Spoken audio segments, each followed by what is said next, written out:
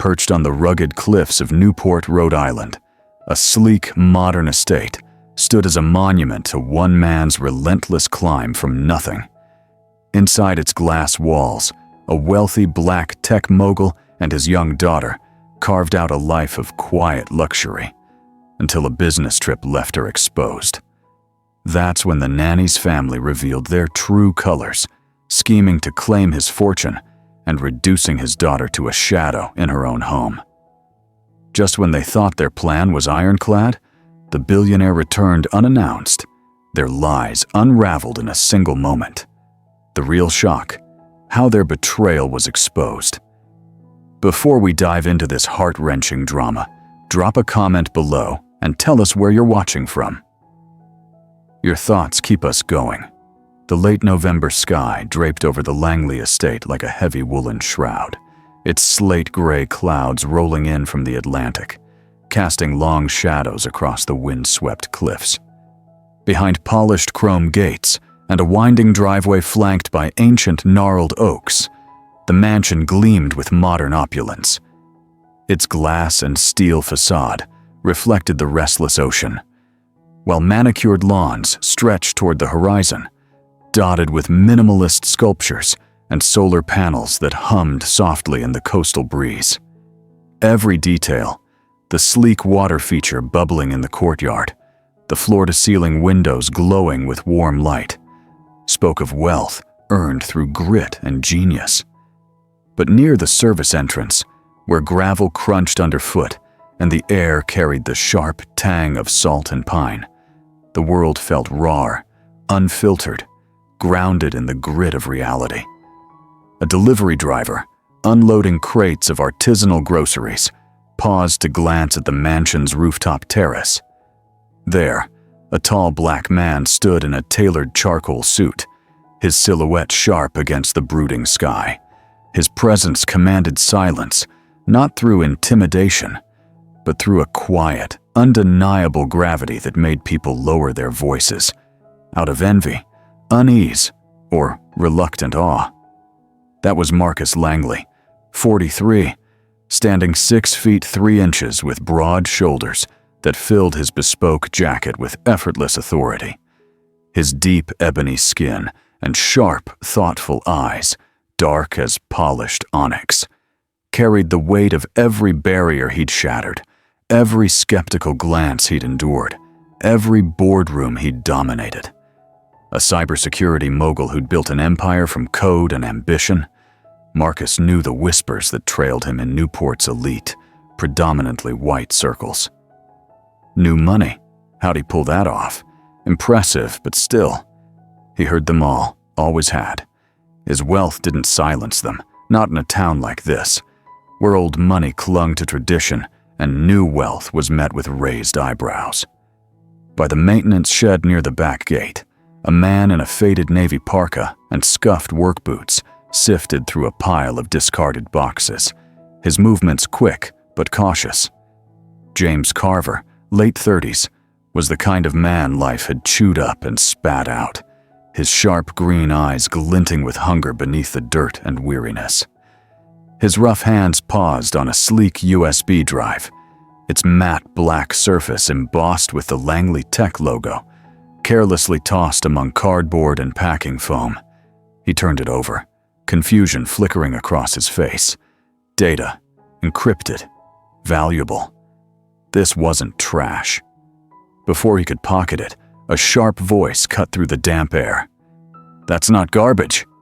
Marcus's assistant, Nora, strode toward him, her heels clicking on the gravel, her crisp wool blazer a stark contrast to his worn attire. Her eyes locked on the USB, then flicked to James's face, wary but urgent. He flashed a disarming smile, holding up the drive. "Just cleaning up, ma'am. Thought I'd make sure it gets back where it belongs." Nora snatched it, her gaze lingering, assessing his too-easy charm. James shrugged, playing the part of a down-on-his-luck Samaritan, but his eyes betrayed a flicker of calculation. From the terrace above, Marcus watched, his face a mask of calm, his mind already turning.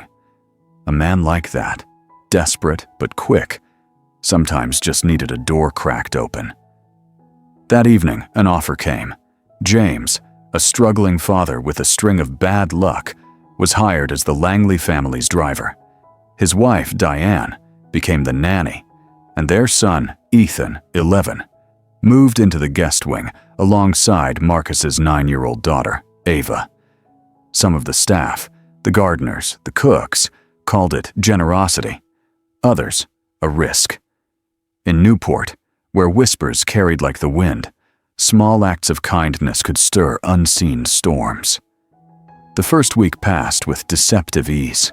Diane's warm smiles and James's polite nods blended into the mansion's polished rhythm. Ethan, wiry with a mop of sandy hair and restless energy, trailed Ava through the glass-walled halls, his wide eyes drinking in the luxury. The sleek marble floors, the smart home panels glowing softly, the ocean view stretching beyond every window. But the staff noticed subtle cracks. Diane's effusive praise of the mansion's decor, its imported Italian light fixtures, its custom art installations, felt rehearsed, overly eager. James lingered too long near the key rack, his gaze drifting to Marcus's vintage Porsche 911, parked like a trophy in the garage. The groundskeeper, raking leaves under the oaks, muttered to the maid, "They're settling in too fast, like they're staking a claim." The chef, slicing herbs in the state-of-the-art kitchen, frowned when Ethan helped himself to Ava's favorite almond cookies, acting like he owned the place, his sneakers scuffing the pristine floors. The trouble began quietly, as cruelty often does. At breakfast, Ava sat by a massive window overlooking the churning Atlantic, her tight curls pulled into a neat bun, her brown eyes fixed on her yogurt bowl as the morning light painted her face in soft gold. Diane slid a plate of blueberry pancakes to Ethan, the stack high and fragrant with maple syrup, then turned to Ava with a tight, practiced smile. "Sorry, sweetie, we ran out of batter. Maybe tomorrow." Her voice dripped with false warmth, but her eyes were cold, sharp, like a blade hidden in silk. Ava stayed silent, her spoon still, hunger mingling with a quiet confusion that tightened her chest. She'd been taught to be polite, to avoid making waves, but the sting of being overlooked burned deeper each day. At school, the tension sharpened. James drove the children to their elite private academy in a gleaming black Range Rover, his broad frame filling the driver's seat, his hand steady on the wheel. In the rearview mirror, he caught Ava's gaze, his tone light but edged with steel. "Listen, kid," he said. "This car, your dad's money. It confuses people. Call Ethan sir in public, keeps things clear." Ava's chest tightened, her small hands gripping her backpack until her knuckles paled. "But I'm Mr. Langley's daughter," she whispered, her voice barely audible over the hum of the engine. James chuckled, low and dismissive, his eyes glinting with amusement. "Sure you are, kid. And I'm Jeff Bezos." His tone carried a warning, unspoken but heavy, daring her to push back. Ava's heart sank, her small frame shrinking into the leather seat, her gaze dropping to her lap. At the academy, rumors spread like wildfire through the polished hallways, fueled by James's sly comments and Diane's calculated whispers to other parents. Ethan was the true Langley heir, kids murmured, their words sharp and cruel. Ava?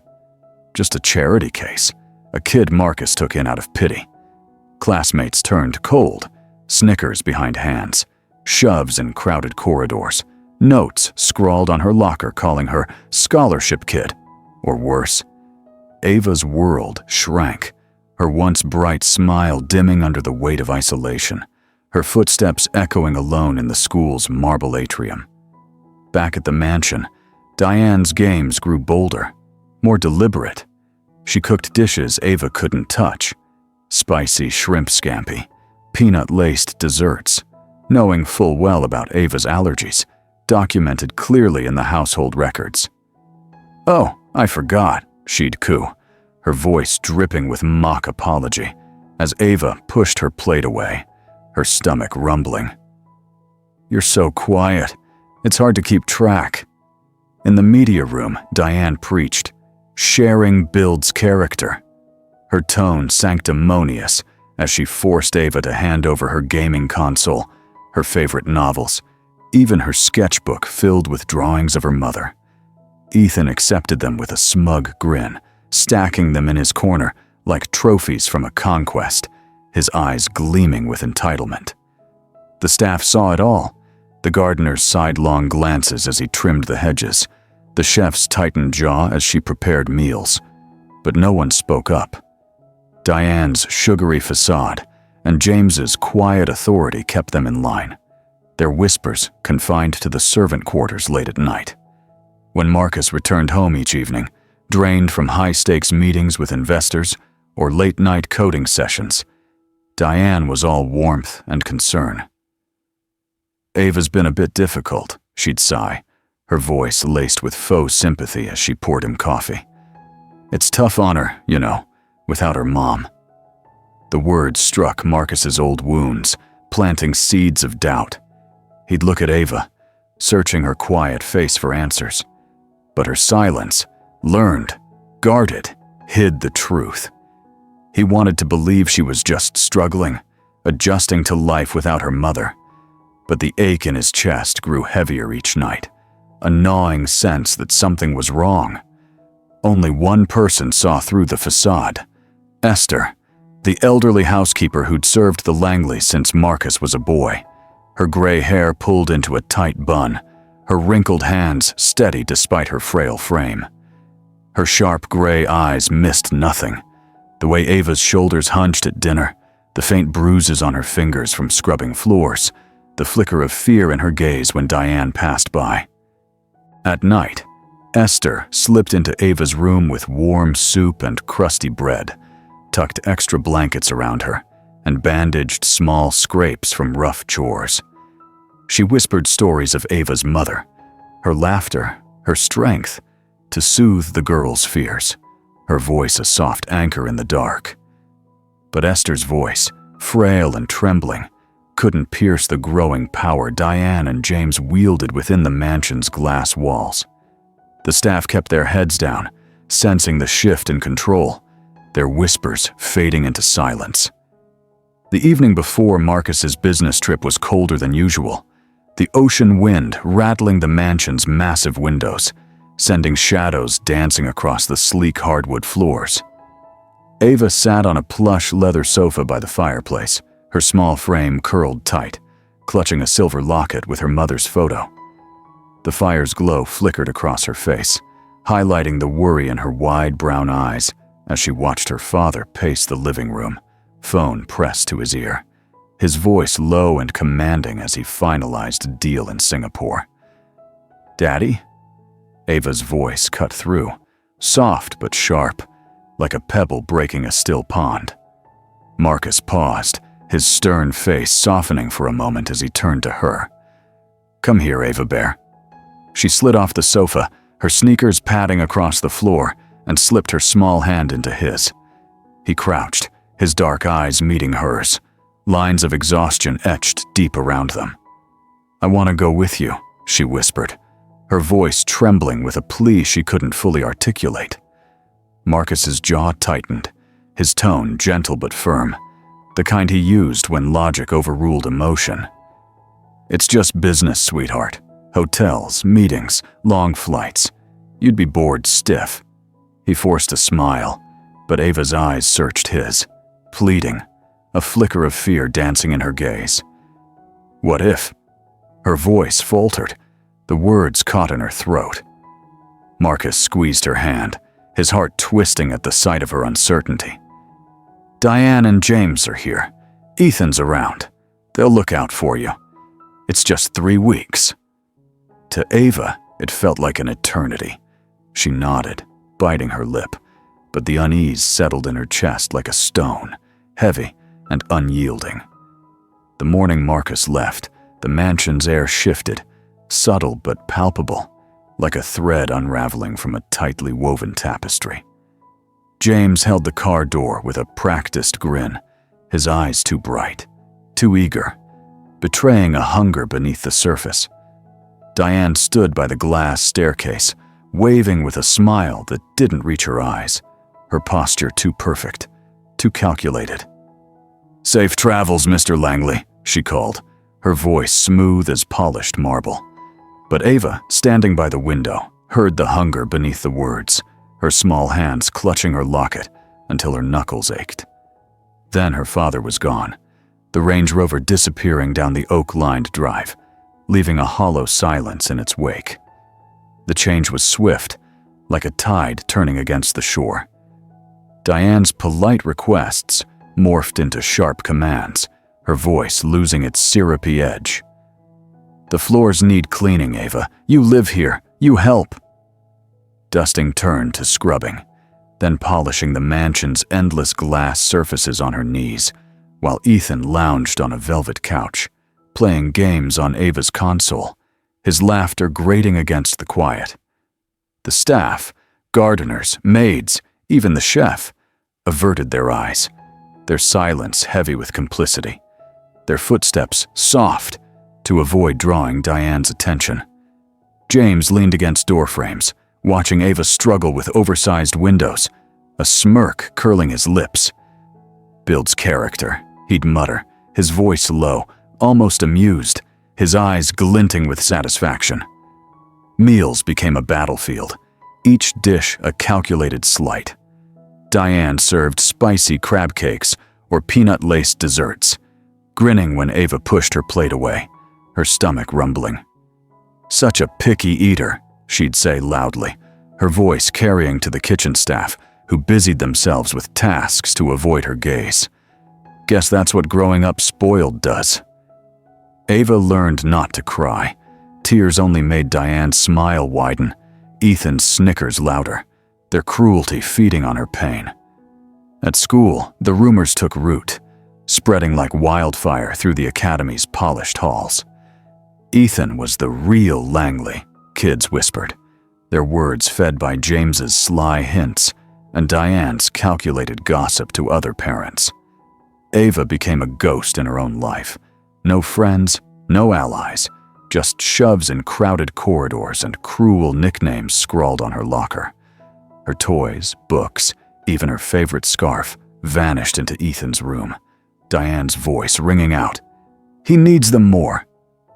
Her scoldings turned to threats, hissed in the dim halls at night. "Talk back, and maybe your dad won't want you when he's back." James tightened his grip on the staff, claiming household oversight, while Marcus was away. He controlled budgets, schedules, even the chef's menu, ensuring no one challenged him. The mansion, once a sanctuary of warmth and light, felt like a cage, its glass walls closing in around Ava. Only Esther fought back, quietly, stubbornly, her frail hands working the kitchen late at night, sneaking Ava warm soup and crusty bread when the house was still. She bandaged Ava's raw fingers, soothed her fears with whispered lullabies from her mother's time, her voice a fragile thread of hope. But Esther was old, her back bent, her voice shaky.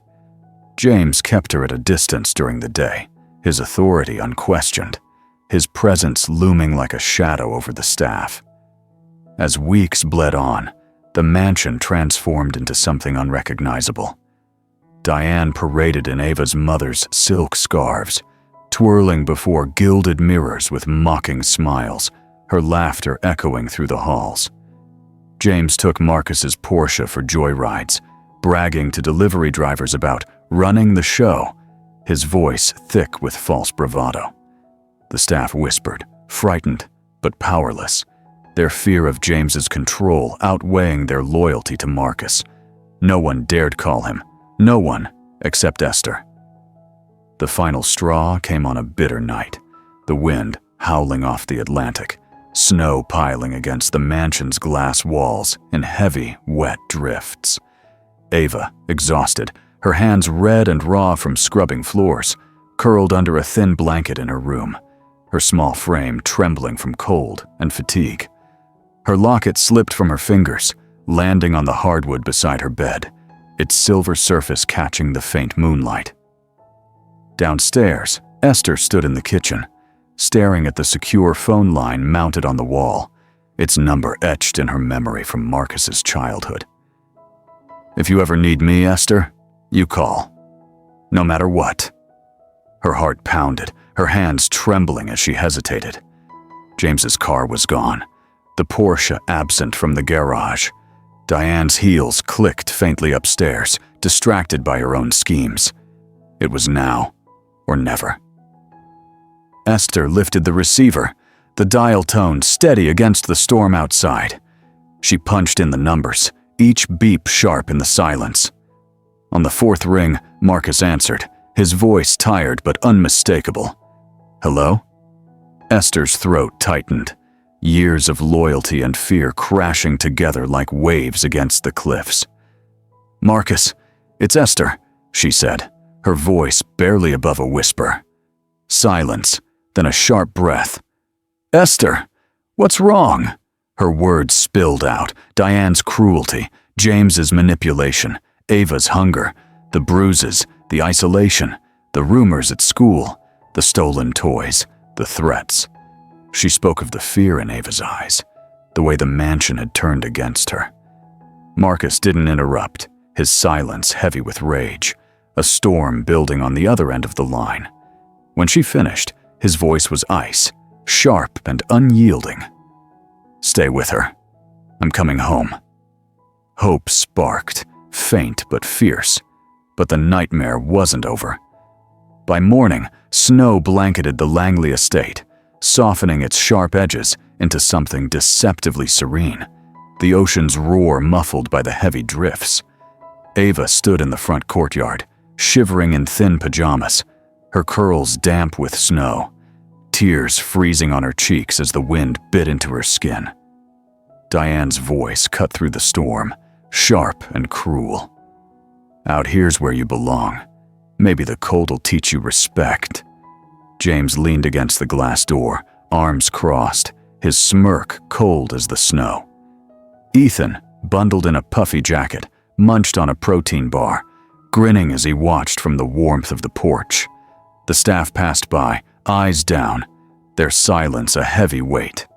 Ava clutched her locket, the cold searing her bones, her small frame trembling under the weight of their cruelty. Diane approached with a bucket of icy water, her smile venomous, her eyes glinting with malice. "Want to be part of this family? Toughen up." She poured, the water burning like fire down Ava's back, soaking her pajamas, freezing against her skin in the bitter wind. "Maybe it'll wash that attitude off," Diane hissed, her voice low and vicious. Laughter followed her back to the house, Ethan's snickers echoing in the cold. But then, tires crunched through the snow, the deep growl of an engine cutting through the storm.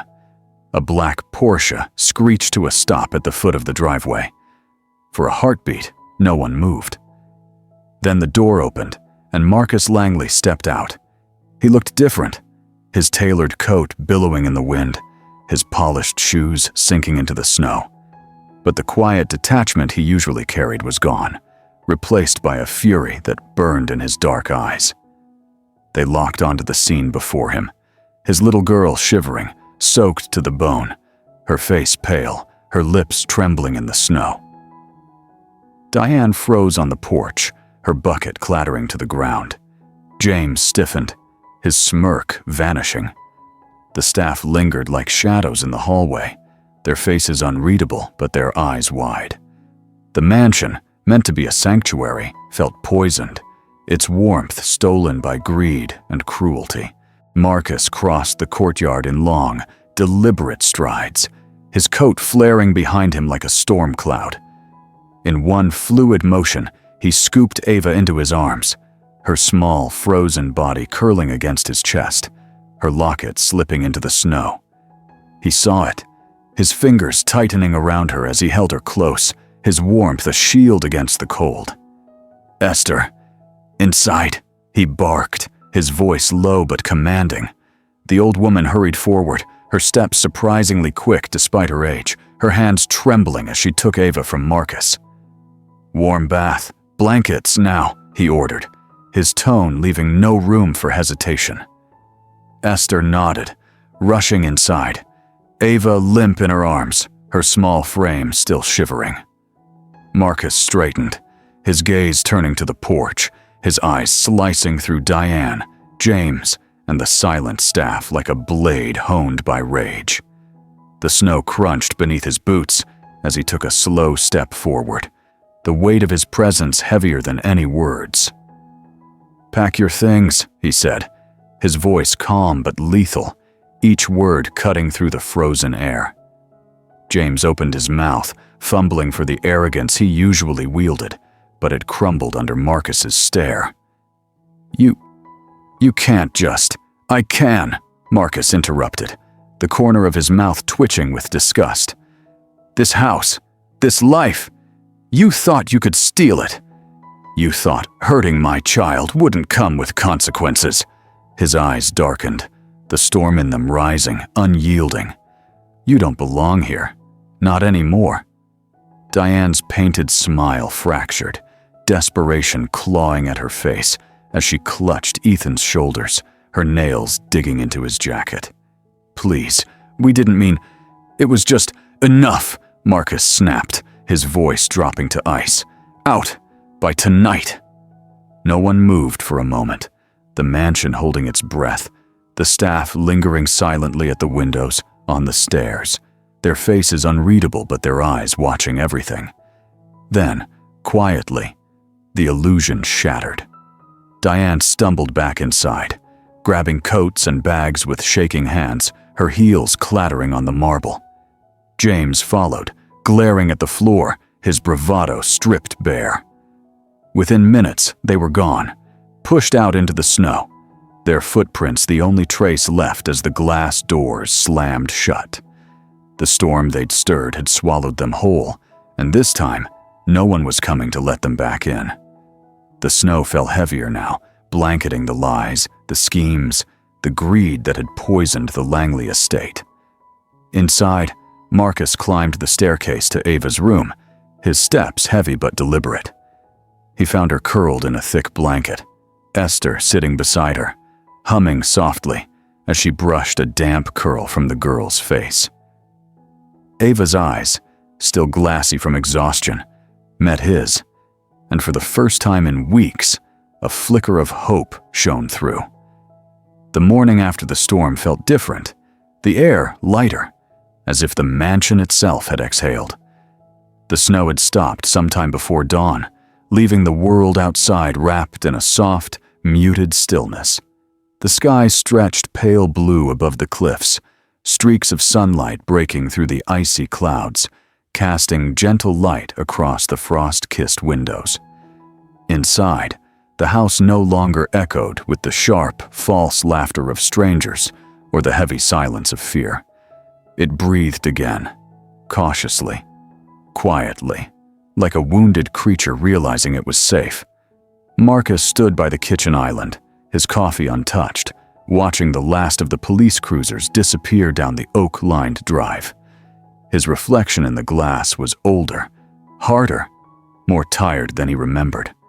But beneath the exhaustion was a steely resolve, a promise forged in the fire of the previous night. Behind him, soft footsteps padded across the hardwood. He turned, and there was Ava, bundled in a thick sweater, her damp curls falling over her shoulders, her locket clutched tightly in her small hands. Her eyes were clearer now, though still shadowed by the weeks of cruelty. Marcus set his coffee down and crouched before her, his hands resting gently on her shoulders. For a long moment, neither spoke, the silence heavy with unspoken fear, guilt, and love. Then Ava's voice, barely above a whisper, broke through. "Are they gone?" Marcus nodded, his thumb brushing a stray curl from her cheek. "They're gone, Ava Bear, forever." Her eyes searched his, looking for cracks in the promise, but found none. Slowly, she leaned forward, wrapping her thin arms around his neck. The embrace was fragile at first, uncertain, then tightened, desperate, a silent plea for everything to be real again. Marcus held her close, the weight of her small body grounding him, anchoring him to the truth he'd almost lost. "I should have seen it sooner," he murmured, his voice breaking with raw self-reproach. "I should have protected you better." Ava didn't speak, but the faint tremble in her arms, the warmth of her cheek against his shoulder, said enough. Later that day, the mansion was quiet, but not empty. Esther moved through the halls with a steady, familiar presence, her soft humming filling the spaces Diane's false sweetness had stained. She straightened the framed photos on the walls, pictures of Ava's mother, of Marcus's early days building his company, tucked fresh flowers into vases, her frail hands working with quiet purpose. Marcus watched her from the staircase, his expression softer than it had been in months. When she noticed, she smiled faintly, that old, knowing look in her eyes. "Told you I'd always watch over her," she murmured, her voice carrying across the foyer. Marcus exhaled, the corners of his mouth pulling into a tired, grateful smile. "I know, Esther. I'm done letting anyone else try." The news traveled fast, as it always did in Newport. Within days, James Carver's name hit the headlines. Embezzlement, fraud, child endangerment.